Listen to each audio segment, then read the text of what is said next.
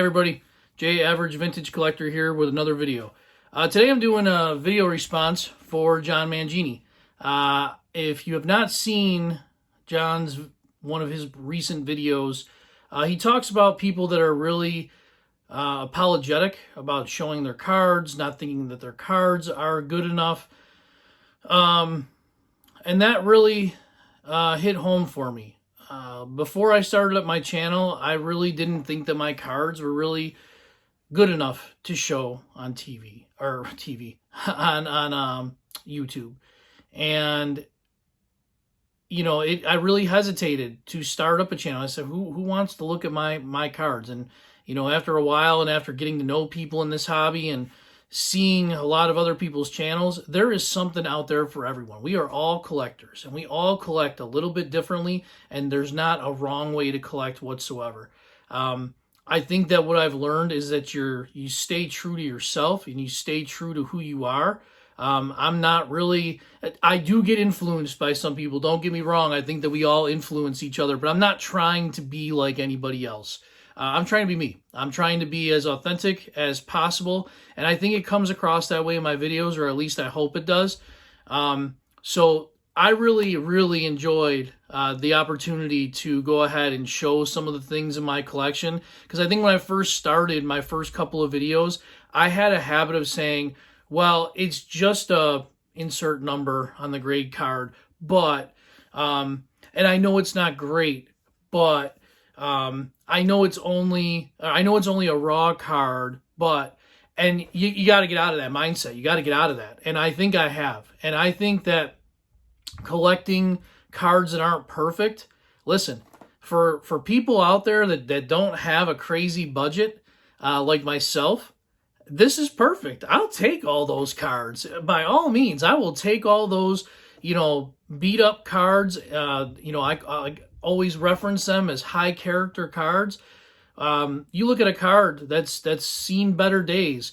There's a lot of mystery and history associated with that card that we may or may not know what those things are, right? That's the mystery history part.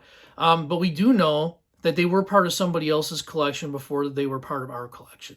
And who knows whose hands they were in and how important they were to that person. So I think that when a card does show those high character qualities, like the, you know, pinholes or the tape or the rounded corners or the folds or the whatever it is, that just adds to the value for me of that card. I enjoy that. I think that when I think of vintage cards, I think that they have those types of characteristics on those cards. They don't look fresh out of a pack. That's what makes a vintage card in my mind. So I'm really happy for the opportunity to show some cards here. So I'm going to turn the camera around and show some of those types of cards in my collection. I'm not apologetic about any of these. I'm just as excited to have these in my collection as a card that would be in mint condition. So turn the camera around, show some cards. Thanks. All right, everybody. So again, very excited about this video. Really excited to show off some of these cards. So for me, I collect a little bit of everything. Eventually, yeah, I love set building, but I can't do really more than 1 or 2 sets at a time. But when I first got into vintage, I really just started buying lots of cards on eBay, like for sale lots on eBay. And they were just random type cards. Bought them. They were in all sorts of condition, mostly lower grade. I don't even care about that. I don't care about it. I just wanted the cards in my collection. So perfect example of this, I bought a 9-card lot of 54 tops, okay? The biggest card in there was probably this Ted Kluszewski. I am not apologetic. This is not a perfect card by any means, but I'm telling you right now, I'm not looking to upgrade this card. This is a Ted Kluszewski that I think looks like a 1954. It was from 1954, and it's a very old card, and it's been shown some love over the years. It's a perfect card to me. That's what I want. I want that look. I don't collect to sell. I collect for me. I am not apologetic about these cards. I think when I first got into it, maybe I would have been a little bit, but I am not. Here's a Sherman Lawler. Okay, these cards I have all in binders. That's why they're not in top loaders. I keep them in binders by set, and eventually I'd like to really try building, you know, some sets, but it's going to take me quite a while. I'm being very strategic in the way that I'm putting together sets these days. But I'm going to jump around a little bit all over the place here and just kind of show the examples of cards that I'm not really apologetic about. So, how about some 1971 Topps? These are tough cards to begin with. Well, here's a Jim Ray. And some people might not want this in their collection because it's terribly off-center and it's miscut and it is just, you know, kind of a train wreck. But I love this card, and I'm not looking to get a better version. Not right now, anyway. Maybe if I go ahead and complete this set and maybe I find another card that's maybe not so miscut, I would add it. But that is not a card that's on my list to go ahead and get a new one of. Well, if that one's bad, this one's really bad, right? Oscar Brown, Earl Williams. But there's something cool about this card. There's something cool about, this being in my collection. I don't care. I keep this in my binder as part of that set. That's still, to me, even though it's miscut and it is not even a whole card, that counts as the card to me. I think it's a cool card. And even if I get a replacement, which I probably will for that one, I'm not going to get rid of that card. I still think it's a cool card. Let's take a look at some 1966s, right? 1966. Gil Hodges. I know that centering is a big issue to some people. I don't really mind. I do mind centering on certain cards, but when I'm just buying cards because I'm trying to put together a set, it really doesn't bother me at all. So Gil Hodges, great baseball player, great image of him, nice looking card. Terry Cloninger, I don't even know if I'm saying that the right way, but look at that right there. That's not a perfect card. There's some stuff going on here. Do I care about that? No. Am I going to replace this card or upgrade that card? No, not at all. Here's one. Willie Horton. I still keep this in protective plastic in a binder. Looks just like that. That is Mookie. If you're watching, this is kind of like that Mookie Wilson card, right? Or Mookie Chilson card, I should say. But I love this. This is great. And there is mystery and history behind this card. This was in somebody's collection at some point, and it's just fantastic. And it is in my 1966 cards in my binder. I am not actively pursuing any of these sets, but it's still in the binder with the rest of those cards. Now, let's get to some other stuff, right? We know that a lot of people deal with graded cards. I do like graded cards, and I like them because they're protected. They present well. I think that they are, when you're trying to present these to someone, it really does make the card look nice. It protects them. That is what I like. I don't care about the number. And I know a lot of people say that. I am telling you, when I say it, I don't care about the number. I want it to look relatively nice. Because if I'm buying a graded card, there's a reason I'm buying. It's one of the ones that's got a little bit more value. It's not going to go in with the sets. But it looks fantastic. And I'm going to keep it separate. So, prime example of this, right? How about my Rick Farrell? Rick Farrell, it's a 1. It's a beautiful looking 1. And it doesn't matter about the number. We could do this. It just looks fantastic. It looks awesome, right? So, Rick Farrell. Not apologetic about that card. This card, I actually bought this card raw. And when I started to get a little bit influenced early on about sending raw cards in to be graded, because I thought maybe everything had to be graded. Not necessarily true, but Duke Snider. I love Duke Snider, one of my favorite players. I bought this card raw. I sent it in knowing that it wasn't going to get a high grade, but I sent it in because I wanted it protected. I wanted to present it the right way. So here's a 1955 Topps Duke Snider. And you can see this has some issues. Up at the top there, you can see that crease that kind of runs down the middle. I don't care. That might really drive a lot of people crazy. That doesn't bother me. I love this card. I absolutely love that card. Not apologetic. Not apologizing about that card. All right. How about this one? Let's go on to a 56. 56, Sandy Koufax. Right there. We're not going to worry about the grade. That's a beautiful looking card. There's nothing wrong with that card. Even the back, gorgeous. And it presents well. I like the way that these look in a slab, okay? And I don't care about the grade. But there you go. If you're interested, there's a 1. This gives me the opportunity to spend more money and buy more cards, not more money, but buy more cards by buying some of these lower grade cards that aren't really ideal for some people. Mickey Mantle. I've shown this one a bunch. Mickey Mantle. I love this card. I will never get rid of this card. To me, there's nothing wrong with this card. Love it. All right.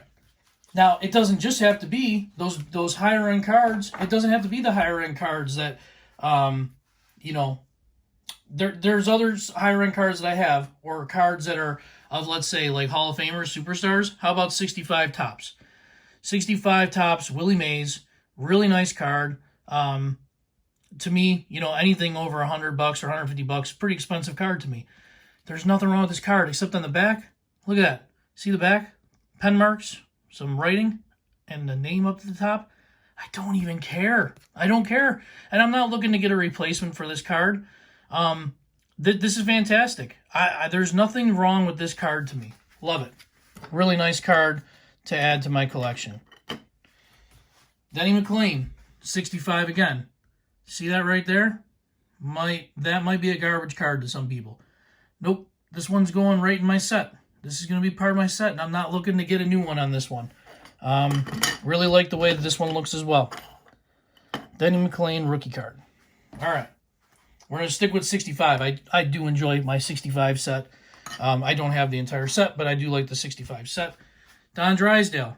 Got a lot of stuff going on right there, but great card. To me, this is what these cards are supposed to look like. Okay, now, a few more cards to go. I'm not going to, go all day. I could go on for a very long time, but I think I'm getting my point across. How about these right here? I've had a Redman video a while back. I think everybody knows that I really enjoy the Redman cards. I was able to buy a whole bunch of them when I first got into this world, not really even knowing what they were, gotten into the vintage world. So a couple of the first ones that I bought would have been Duke Snider, and as you can see, got some rips down there. But I love that it has the tab, the condition. This was listed as poor when I bought it.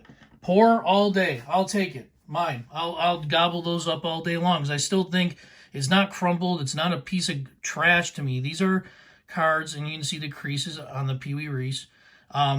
These are fantastic cards. Awesome. I'm so very happy, and I feel so lucky to have these in my collection. I never thought I would have cards like this in my collection.